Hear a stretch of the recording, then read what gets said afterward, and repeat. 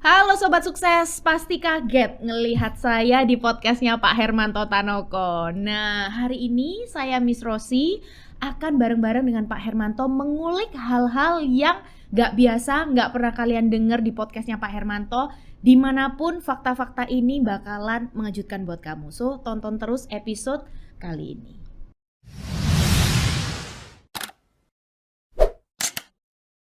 Halo Pak Hermanto, apa kabar? Halo Miss Rosi. Wah, ini Sobat Sukses. Ini saya diajak podcast sama Miss Rosi, tapi katanya penuh dengan kejutan. Yes. Kejutannya apa ini? Nggak tahu saya. Kayaknya Pak Hermanto muka-muka nervous ini Sobat Sukses ya. Soalnya pertanyaan yang ada di sini beliau nggak tahu.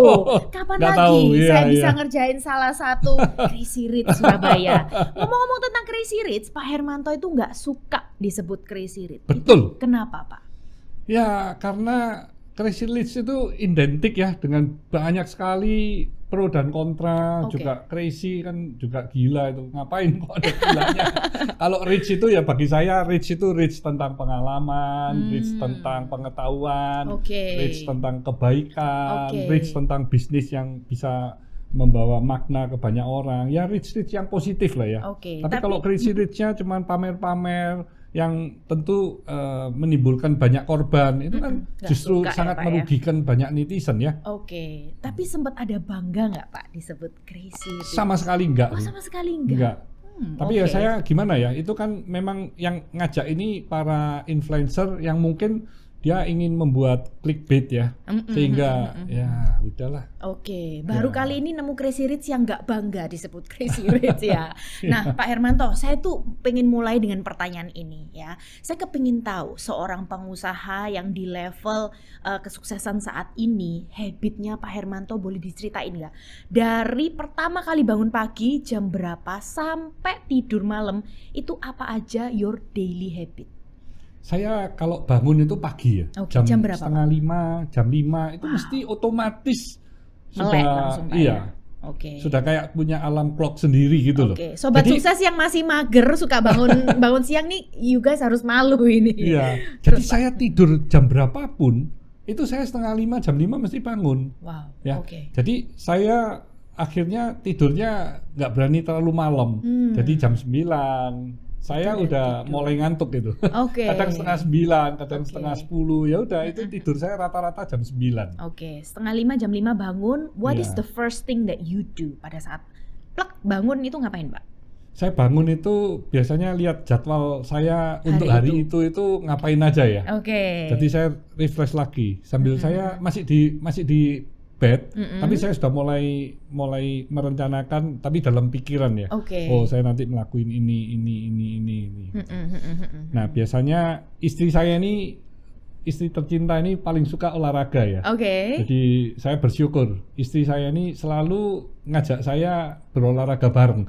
Karena olahraga kalau sendirian itu kadang kan juga boring ya. Nah, ditemenin istri kan jadi lebih semangat gitu. Jenis olahraganya apa, Pak? Nah, jenis olahraga itu bagi kami ini bermacam-macam. Karena olahraga itu ibarat seperti kita makan ya. Kalau sukanya cuma daging, you cuma makan daging terus, itu you tentunya tidak mendapatkan 4 sehat 5 sempurna Oke. kan ya. Jadi semua harus dapat. Nah, olahraga juga sama. Bagaimana seluruh tubuh kita mulai dari atas sampai bawah ini mendapat semua. Jadi saya olahraganya ada yoga. Saya nge-gym seminggu bisa 2 kali. Oh. Terus oke. saya juga ada cross trainer yang tangan CrossFit dan strength training ya, itu. hampir ya seperti Oh. jogging lah ya, seperti jogging tapi di rumah sambil nonton TV, YouTube gitu I ya. see. Oke. Terus saya juga renang. Jadi saya bagi-bagi. Variasi untuk olahraga Ya, ini, Pak ya. kalau Oke. jalan paginya itu kadang-kadang aja kalau ada teman atau istri ngajak, kadang jalan pagi, tapi lebih jarang kalau jalan pagi. Oke, setelah olahraga ngapain ini, Pak? Nah, setelah olahraga saya melakukan NMA Cafe. Wah, apa ini?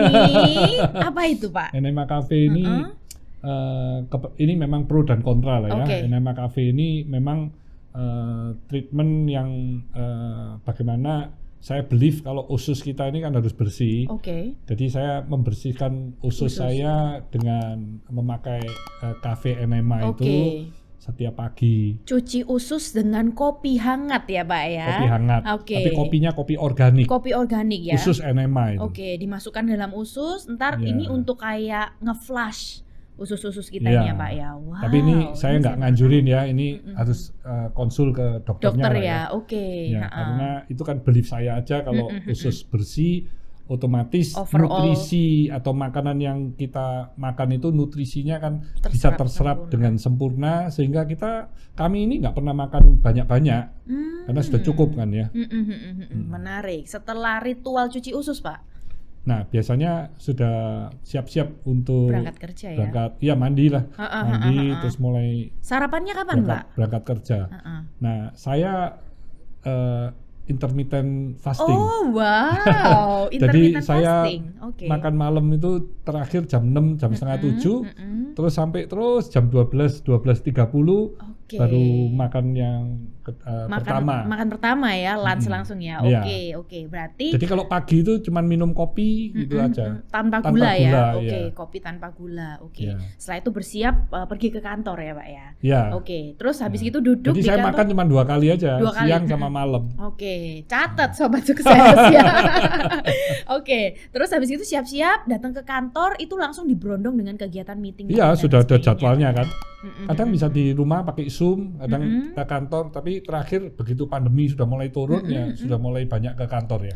Kalau sebelumnya waktu peak ya saya banyak berinteraksi dengan Zoom meeting.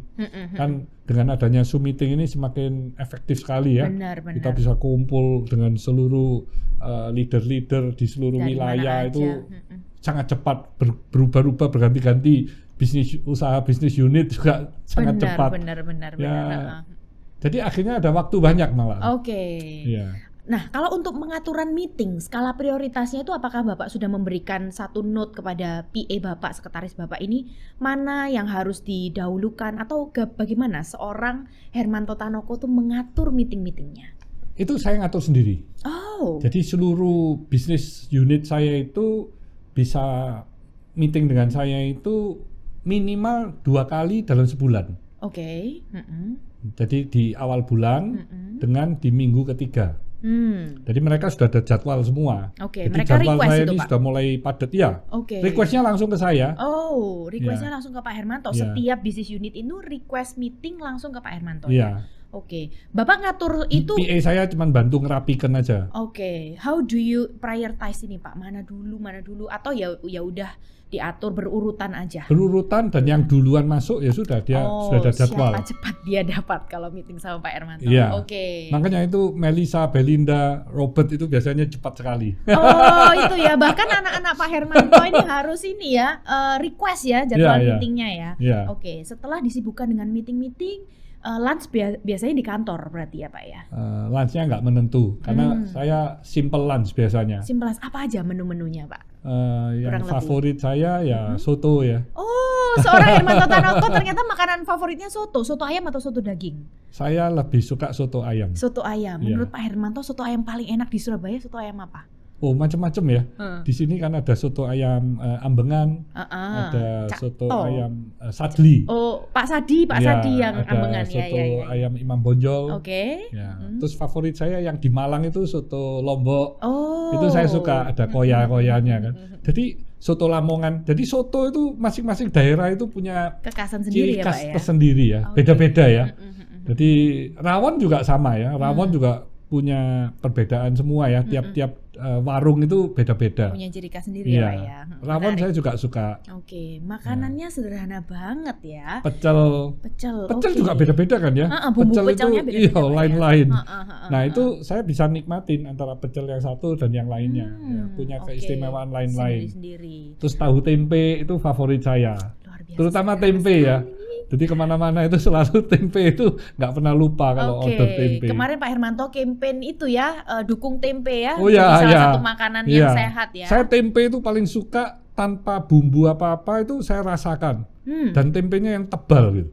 Jadi benar-benar bisa dirasakan. Karena kalau tempe tipis kan dia kadang kena bumbu-bumbu yang itu hilang kan rasanya rasa ya, tempenya jadi nggak terlalu terasa ya. Kalau tempe nggak seberapa enak gitu kan biasanya dibuat mendol ya. Tahu mendol? Bener, iya. Jadi saya lebih suka tempe itu yang tebal-tebal karena wah ini mereka ini pasti tempenya enak ini. Kalau nggak enak nggak berani buat tebal. Oke, menarik ya. Nah, itu kan prosesnya juga membutuhkan air yang bagus ya. Kalau airnya nggak bagus, tempenya juga nggak akan ya, bisa. Pak, ya? Ya baik. Oke, balik ke tadi makan siang. Berarti makan siang itu tergantung jadwal hari itu ada di mana gitu ya? Ya, saya simpel. Ada apa juga saya makan. Oke, berarti seorang Pak Hermanto itu nggak sampai request ke PA hari ini saya mau makan ini. Oh enggak. Belikan ini, enggak ya Pak ya? Jadi kalau pas ke Avian atau pas ke di Tanres Nobel ya makan di kantin saya. Kantin ada makanan apa ya sudah saya pilih itu ya. Tapi saya nggak makan jeruan ya. Saya nggak makan jeruan, nggak makan. Kalau daging itu juga dagingnya yang lulur. Terus kalau ayam juga ayamnya yang dada, nggak makan kulit. Nggak makan kulit, nggak makan jeruan yang aneh-aneh gitu saya nggak bisa. Karena kesadaran akan kesehatan atau apa Pak? Nggak, karena saya ini mungkin nggak pinter makan. Saya makannya sederhana dan semua makanan tuh saya lihat. Jadi saya dari lihat saya bisa, oh ini saya bisa makan, ini nggak bisa, ini bisa gitu. Jadi bukan dirasakan, makanya saya berarti nggak pinter lah kalau soal makan. Mesti belajar sama Chef Ken. Tapi saya pernah dimasakan Chef Ken enak sekali itu. Seneng banget. Yang itu ya dengan waktu acara Fine Dining Indonesian ya. Jadi itu enak sih. Saya sudah Chef Ken datengin saya, waduh Chef ini saya nggak makan nih kalau yang dagingnya banyak masih ini mentah lemak-lemak ya, Pak, gitu saya nggak makan. Oke, siap tuh. Saya lihat wah dagingnya bagus nih, lebih well done gitu. Kalau ada merah-merah saya nggak berani juga. Jadi memang nggak pinter makan. Jadi makanan yang dimakan Pak Hermanto ini ternyata sangat super sederhana. Kalian relate ya, kalau kalian doyan soto dan rawon pasti mikir wah sama gitu ya. Saya nasi sama tahu atau nasi sama tempe aja sudah bisa makan. Bisa ya. Bisa. Dan nikmatin loh ya, bukan bisanya kepaksa ya. Nikmatin saya. Enak banget jadi istrinya Pak Hermanto ya, nggak cerewet makannya ya. Kalau soal makan ya. Tapi ya itu, kalau dikasih makanan yang aneh-aneh kan saya nggak suka. Jadi juga gampang-gampang susah. Saya waktu ke Korea, ke Jepang itu kalau makanannya yang dagingnya biasanya kalau yang justru yang enak-enak itu kan lemaknya putih-putihnya itu kan banyak sekali. Seratnya banyak. Itu saya lihat itu sudah nggak bisa makan saya. Itu saya nggak bisa makan. Saya benar-benar harus daging yang merah yang nggak ada lemaknya sama sekali. Padahal wagyu itu makin mahal kalau makin serat lemaknya banyak loh Pak. Iya, makanya saya langsung waktu ditunjukin yang Kobe itu, saya ngomong istri saya sama anak-anak, Papa berarti nggak bisa ya makan Kobe, nggak bisa makan wagyu. Jadi maunya daging yang irit-irit aja, jangan yang mahal. Apakah ini salah satu rahasia beliau? Nggak pinter makan itu. Kalau soal makanan ternyata Pak Hermanto nggak cerewet sama sekali Sobat Sukses. Hal apa yang Pak Hermanto sangat perhatian, sangat cerewet, sangat benar-benar nggak bisa ditawar Pak? Hal apa itu? Ini harusnya saya tanya ke Bu Sansan ini. Sesungguhnya waktu ya. Saya itu sesungguhnya nggak toleransi terhadap waktu kalau sudah janjian ya. Karena saya ini disiplin sama waktu. Jadi kalau sudah janjian, ya saya itu inginnya itu orang itu mengharapkan saya menghargai waktu saya dan waktu orang itu juga ya. Saya juga menghargai waktunya. Jadi kalau terlambat itu saya sudah feelingnya nggak enak gitu. Catet teman-teman, kalau kalian suatu hari bikin janji sama Pak Hermanto Tanoko, jangan sampai telat itu soal waktu ya Pak. Yang lain kalau makan ya, kalau makan itu saya itu kalau dengan keluarga, saya itu suka makan itu bersama-sama. Jadi jangan ada yang makan duluan. Karena kalau ada yang makan duluan, terus saya makan menyusul. Itu berarti saya ini merasa seolah-olah saya nggak dihargain. Itu perasaan saya itu langsung, wah ini langsung kok timbul. Saya jadi makan sisa gitu ya. Perasaan saya begitu gitu, karena ditinggal makan gitu. Karena ditinggal makan. Iya. Jadi karena mungkin itu didikan dari orang tua saya ya. Jadi papa mama saya itu waktu saya bekerja itu merubah jadwal makan mereka yang asalnya jam 6:30 menjadi jam 9 malam karena saya bekerja sampai 9 malam. Jadi saya pulang kerja ditunggu terus makan bersama-sama. wow. Mungkin karena itu ya. Jadi akhirnya saya makan bersama itu menjadi satu hal yang sangat berharga ya, Pak, dan di ya. situ kita bisa berinteraksi dengan apa ya, dengan senang ya. Papa saya waktu di pabrik itu makan selalu bersama. Di pabrik makan jam 12:30 selalu bersama-sama, nggak pernah makan sendiri gitu, nggak pernah. Mesti tunggu. Oh, yang ditunggu siapa ini? Papanya Pak Hermanto? Papa nunggu saya sama kakak saya. Waktu istri sama kakak ipar saya di perusahaan juga makannya bersama, berlima. Kadang dengan mama saya, kalau mama pas ke pabrik atau ke kantor ya sama mama berenam. Jadi makan mau siang mau malam itu bersama. Habit itu sampai sekarang nggak, Pak? Pak Hermanto punya waktu makan bersama dengan keluarga besar, anak-anaknya Pak Hermanto yang sekarang sudah menikah dan sudah punya anak. Ini apakah tetap mempertahankan habit makan bersama? Tetap. Kapan aja, Pak? Jadi seminggu at least sekali ya. Ya. Dan yang milih restonya giliran dari anak-anak yang pilih. Ya. Jadi kalau pas mereka milihnya pas Korea gitu ya saya paling nggak mau ya, Pak, ya? Cuma makan noodle aja. Atau makanannya nggak bayar itu loh, yang keluar duluan. Side-dish-nya, Pak. Side-dish-nya itu saya makan itu aja sudah kenyang. Iya, bancan itu. Karena dagingnya saya lihat, waduh saya nggak bisa tuh makan seperti gitu-gitu.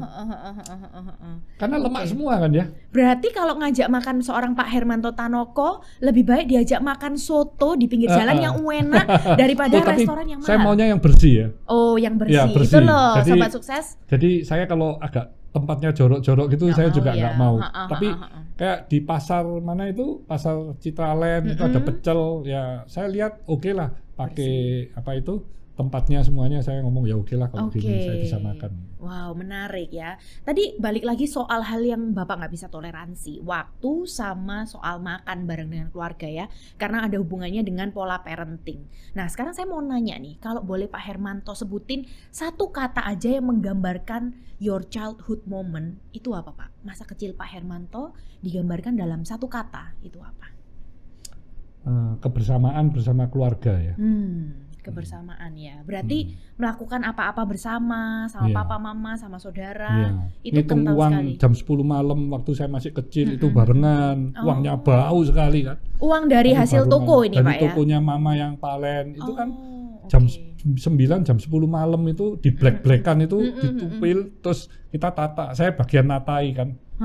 Itu ada 1 sen, ada 5 sen, 1 rupiah, 10 rupiah. Kira-kira tujuannya papanya Pak Hermanto ngajak anak-anaknya ngitung uang hasil penjualan hari itu tuh kenapa? Menurut saya papa mama saya itu sudah melibatkan tanpa menyuruh anak-anak. Jadi mereka tuh semua seperti wah ini mesti ada kerjaan bareng nih, kita barengin supaya cepat selesai. Terus habis itu makan bersama-sama gitu. Jadi papa sama mama ini melibatkan nggak pernah nyuruh sih. Iya. Nggak pernah nyuruh. Jadi memang akhirnya udah rutinitas ya. Tutup toko, terus uangnya ditata supaya besok langsung bisa disetorkan ke bank atau dibuat pembayaran. Pernah nggak suatu hari toko itu hasilnya nggak sesuai harapan? Oh ya sering lah, sering gitu lah. Ya, Pak, ya? Ya, terus sering. apa Tapi yang waktu itu saya nggak ngerti sih ya. Saya nggak seberapa ngerti. Papa sama mama ya nggak menceritakan tentang hal itu ya, diterima aja berapapun hasilnya ya. Oke. Nah, tapi mama saya itu sangat kreatif. Jadi saya masih ingat papa saya itu membelikan mama itu kulkas. Nah dibelikan kulkas.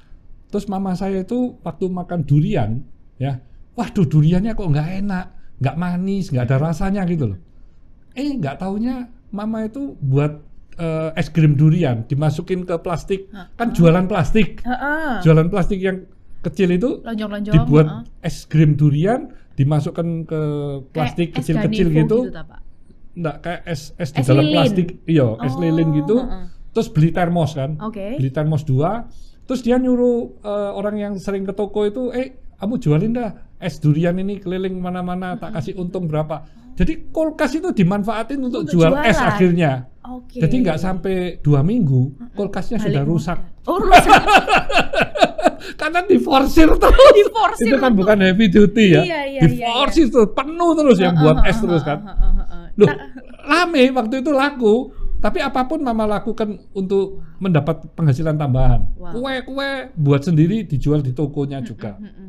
Tapi itu membuat kami anak-anaknya itu jadi mungkin tahu ya nyari uang itu susah ya.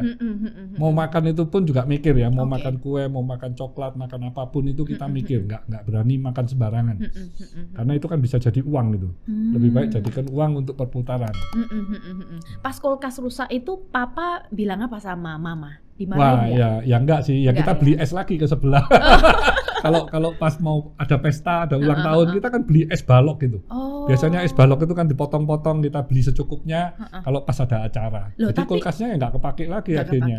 Tapi apakah itu kulkas pertama keluarganya? Kulkas pertama itu. Kulkas pertama keluarganya Pak Hermanto Tanoko langsung dipakai untuk jualan sama mama ya. Iya. Terus tahun 6 tahun berapa ya? 68-an gitu lah. Berarti selama ini nggak punya kulkas dibeliin rusak buat jualan ya. Kalau zaman itu kan barang mewah minum es itu paling sudah mewah kan ya. Iya, sudah mewah ya. Berarti mama ini seorang working women juga ya Pak ya? Parah sekali. Mama saya, papa saya ini bekerja ini mulai dari pagi jam 4, jam 5 sampai malam jam 9. Setiap hari loh. Jadi hari Minggu pun setengah hari. Itu waktu kami masih kecil ya, itu selalu begitu. Bisnisnya apa papa sama mama ini? Kalau papa kan di toko cat. Toko cat. Kalau mama toko palen. Punya toko sendiri-sendiri ya Pak? Sendiri, jadi di depannya rumah dibuat toko palen. Jadi kalau toko catnya kan di Wetan Pasar. Jadi kalau mama ini anak-anak lagi sekolah semua, buka toko ya. Itu kalau sampai mama itu ingin kencing gitu, mama harus nahan selama berjam-jam sampai anak pulang baru mama bisa kencing. Wow, karena nggak bisa ninggal toko itu ya Pak ya. Dan mama selama ngelahirkan 5 anak itu selalu pakai bidan ya. Dan hari ini ngelahirkan, besok sudah kerja buka toko.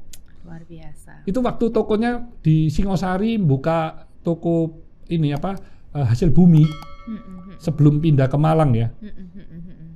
Wow, luar biasa. Jadi memang pekerja keras dua-duanya. Iya. Pernah sempat kerasa kayak kekurangan kasih sayang nggak dari mama, kehadiran mama? Enggak ya Pak? Enggak, karena papa mama saya ini meskipun bekerja demikian keras, begitu malam kebersamaan dengan anak, terus cinta kepada anak, itu kami merasakan. Waduh, kalau anak sakit itu papa saya, mama saya itu bingung setengah mati, ya ngompres terus dibelikan buah pir. Nah itu kalau setiap anak panas baru beli buah pir itu. Karena mahal ya zaman mahal zaman itu ya. Jadi kalau kita lihat, ada buah pir, ini siapa yang panas, siapa yang sakit? Belinya satu lagi. Belinya satu ya untuk yang sakit aja. Oke, wow, saya nggak nyangka loh Pak masa kecilnya kayak gitu ya.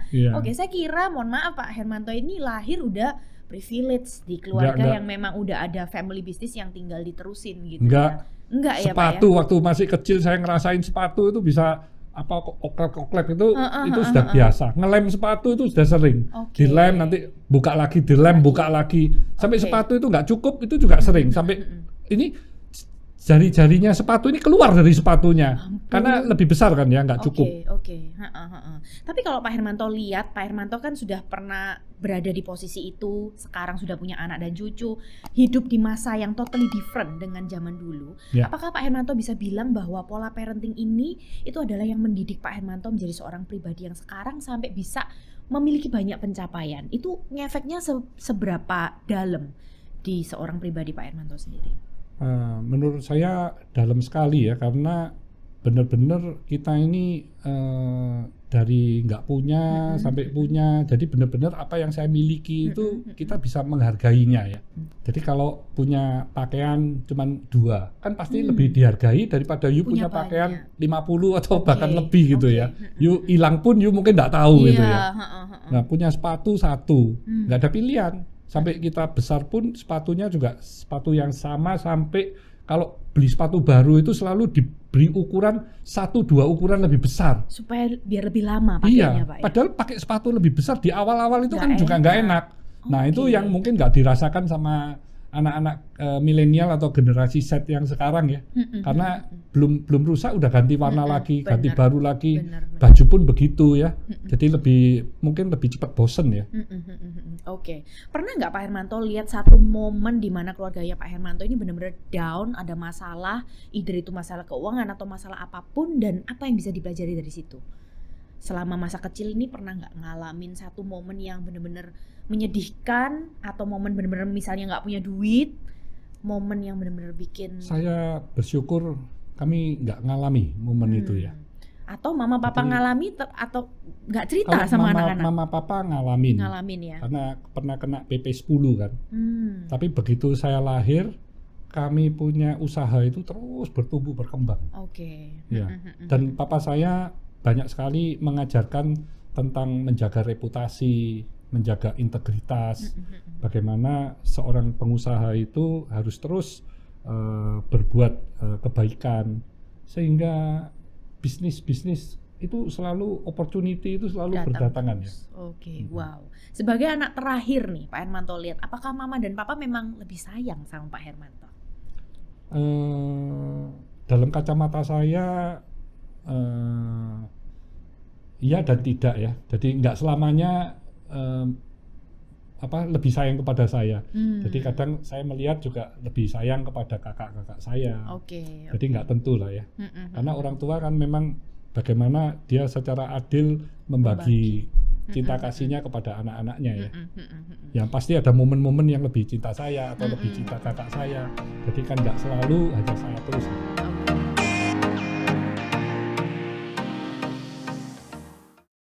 Kemarin pas papa nggak ada, apa hal yang paling Pak Hermanto kerasa kehilangan banget dari seorang papa?